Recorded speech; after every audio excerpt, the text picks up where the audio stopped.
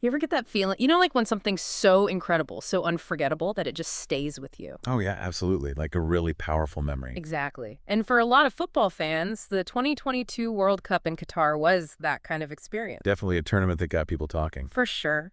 And today we're diving deep into why so many consider it not just a good World Cup, but maybe even the greatest of all time. A bold claim. But this transcript you shared, it really breaks down some compelling arguments. Right. And for me, I love getting to the heart of things quickly, no time wasted. And that's what we're aiming for today. We're going to unpack those key storylines, the on-pitch action, everything that made this World Cup so special. But we'll do it without getting bogged down. A concise and insightful deep dive. Mm. Love it. So, where do we begin? Well, even before the tournament started, there was this feeling, this sense of, I don't know, almost like sentimentality in the air, like we were about to witness the end of an era. Ah, the twilight of the gods. Makes sense when you think about it. This was likely the last World Cup for a whole generation of absolute legends. Yeah, and when you start listing the names, it really hits you. Cristiano Ronaldo, of course. Yeah. Lionel Messi, Luis Suarez. Gareth Bale, though he's since retired. Luka Modric, Robert Lewandowski. Don't forget Eden Hazard, and even Neymar, who's now playing outside of Europe. So many iconic players, potentially their last hurrah on the biggest stage. It's the kind of thing that adds so much weight to every single match. These are players who've defined football for so many of us. To think that this could be our last chance to see them at a World Cup, it's a lot to process. For sure, and it created this fascinating dynamic, like a passing of the torch.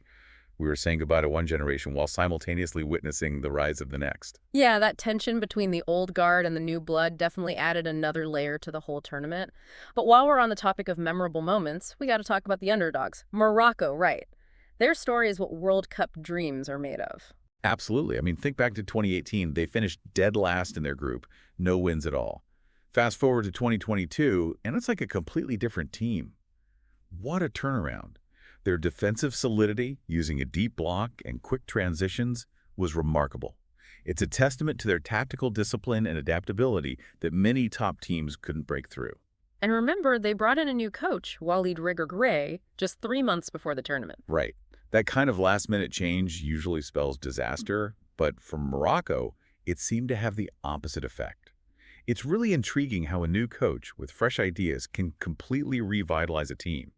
Regragui instilled this incredible belief in the squad and built a super organized defensive structure. And they weren't handed an easy group either. They had to face Croatia, the runners-up from the previous World Cup, Belgium, who came third, and then Canada with all their young talent.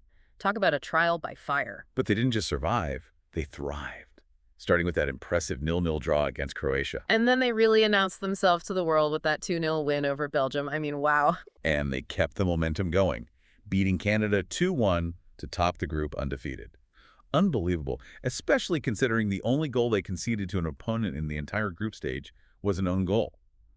That defensive record is insane. Talk about resilience. And then they carried that defensive strength into the knockouts. First up, Spain in the round of 16, a team that had looked really dangerous in the Euros. A tense, goalless match went all the way to penalties. And that's where Bono, Morocco's goalkeeper, became a national hero. 3 penalty saves. Unbelievable scenes. And anyone who thought that was a fluke, well, they did it again in the quarterfinals, this time against Portugal, who were coming off a huge 6-1 win. Right, and with the possibility of Ronaldo coming off the bench, a lot of people thought that was it for Morocco's fairy tale run. But nope. Youssef En-Nesyri's header gave them the lead, and they defended like their lives depended on it. A truly historic victory. The first Arab and African nation to ever reach a World Cup semifinal.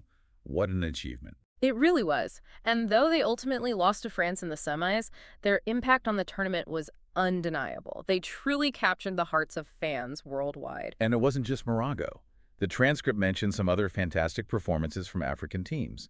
Cameroon, for example, had a really entertaining 3-3 draw with Serbia. And then they went and beat Brazil 1-0 in their last group match, ending Brazil's incredible unbeaten run in group stages since, the turn of the century. A bit of tactical analysis here could highlight how Cameroon effectively neutralized Brazil, despite their strong lineup, mainly through disciplined pressing in midfield. Amazing result. And Vincent Aboubakar's celebration, even though it earned him a red card, That's a World Cup moment right there. Absolutely. And we can't forget Tunisia beating the reigning champions, France, 1-0. It really underlined that African teams are a force to be reckoned with on the world stage. Ghana's group was really fascinating too, especially with all the history with Uruguay from 2010. Suarez's handball, the missed penalty. It was almost poetic justice when Ghana's loss to Uruguay actually contributed to Uruguay's exit from the group stage. Karma, maybe. But hey, even without their star player, Sadio Mane, Senegal still made it to the round of 16. Shows how much depth they have.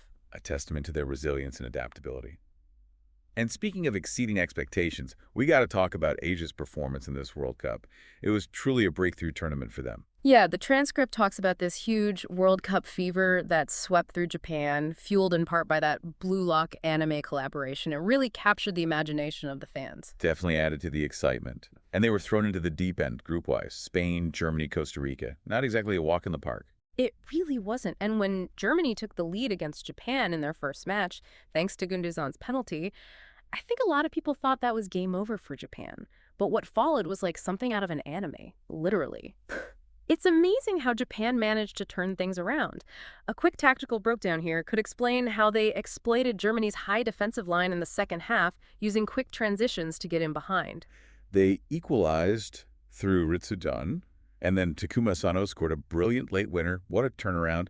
And I love that little detail about Rudiger's overconfidence before Japan's comeback. A bit of poetic justice, wouldn't you say? Oh, totally. But then they had that unexpected loss to Costa Rica, which made their final group game against Spain absolutely crucial. Spain scored early, and for a while it looked like Japan's journey was over. But they pulled off another incredible comeback. Dude equalized again, and then came that controversial winning goal from a Tanaka. Remember that one? The ball looked like it had crossed the line, but VAR showed that a tiny fraction of it, like 1.88 millimeters, was still in play. Absolutely insane. That decision went their way, and they secured the win, topping the group and sending Germany home early. The transcript also mentioned that Matoma and Tanaka were childhood friends, even went to the same elementary school. What a story. They did lose to Croatia on penalties in the next round, but considering Croatia ended up finishing third, and those huge wins against Germany and Spain, Japan had a World Cup to be proud of. No doubt about it. And Japan wasn't the only Asian team making waves. Saudi Arabia, their opening match against Argentina, Wow. arguably the biggest upset of the entire tournament. Argentina were one of the favorites, led by Messi, and they went ahead with the penalty. Even had a couple of other goals disallowed for offside. Seemed like an easy win for them. Right. But then that halftime team talk from Saudi Arabia's coach, Hervé Renard, it was like a switch flipped. They came out completely transformed in the second half. Saleh Al-Sheri and Selim Al-Dosari scored these quick-fire goals, and they held on for the win. Those celebrations back in Saudi Arabia, they must have been wild. Sadly, they couldn't keep that momentum going, but that win against Argentina, that's a World Cup moment for the ages. And how about Australia? Another team from the Asian Confederation. Started rough, losing to France, but they bounced back with two 1-0 wins against Tunisia and Denmark. First time in the round of 16 since 2006. They even gave Argentina a good run for their money in the next round. They did, and let's not forget South Korea. What a roller coaster ride for them. A draw and a loss in their first two matches, their hopes were hanging by a thread. And then they somehow managed to beat Portugal 2-1 in their last group game, with Hwang Hee-chan scoring a dramatic late winner.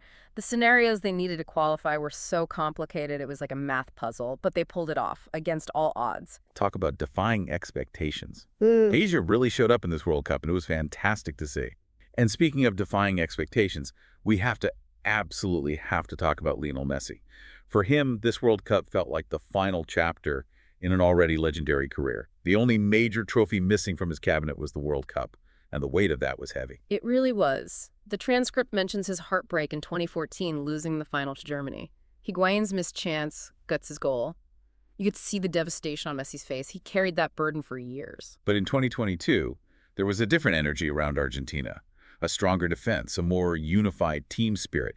Even after that shock loss to Saudi Arabia in their opener, Messi stepped up as a leader. He reassured everyone, and the team responded. That win against Mexico, where Messi scored one of his trademark long-range goals, that felt like a turning point for them. Totally. And they went on to win the group, then beat Australia in the round of 16. Messi's first ever knockout stage goal at a World Cup, by the way. And then came that quarterfinal against the Netherlands. Wow. Argentina were cruising at 2-0. Messi scored a penalty. Everything was looking good. And then Wout Weghorst happened. Two late goals for the Dutch, including one in the 11th minute of added time after all that drama on the benches. It went to penalties. And Emiliano Martinez, Argentina's keeper, became a hero with two crucial saves. Maybe a brief discussion about penalty shootouts would be appropriate here. We could talk about the psychological aspects and goalkeeping strategies without going into too much detail, maybe mentioning Martinez's gamesmanship. Definitely worth a mention. And then in the semifinal, Messi just turned on the style against Croatia. It was like watching a master class in football. Setting up a dream final against France. Messi versus Mbappe, his teammate at PSG. What a storyline.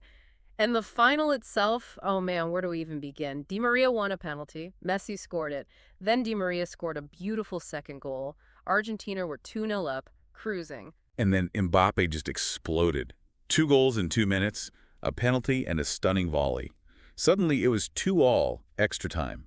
In extra time, Messi thought he'd won it, scoring to make it 3-2. But Mbappe wasn't done. Another penalty for France, another goal, a hat-trick for him. It went to penalties again. The tension was unbearable. And again, Martinez stepped up big time, saving a penalty to win it for Argentina. That image of Messi finally lifting the World Cup, it's iconic. A perfect ending to an incredible tournament. The drama, the individual brilliance, the fairy tale narrative, it all came together. It felt like destiny. Absolutely. The transcript also mentions the author's personal experience of attending their first World Cup in 2022. A lifelong dream come true. They talked about the atmosphere, the passion, the connections they made with fans from all over the world. It really highlights the unique power of the World Cup. For sure. It's more than just a football tournament. It's a global event that brings people together. And their encouragement to save up and experience a World Cup firsthand, that's something I think every football fan should consider. Absolutely. It's an experience unlike any other. So wrapping things up, it's clear why the 2022 World Cup is considered so special. The farewell to legends, the incredible underdog stories from Africa and Asia, and Messi's long-awaited triumph. It had everything. It truly did. Now, here's a final thought for you. This tournament was full of surprises, emotional moments, and unexpected heroes. How do you think the landscape of international football will evolve in the years to come, building on what we saw in Qatar? What kind of future do you see for the beautiful game?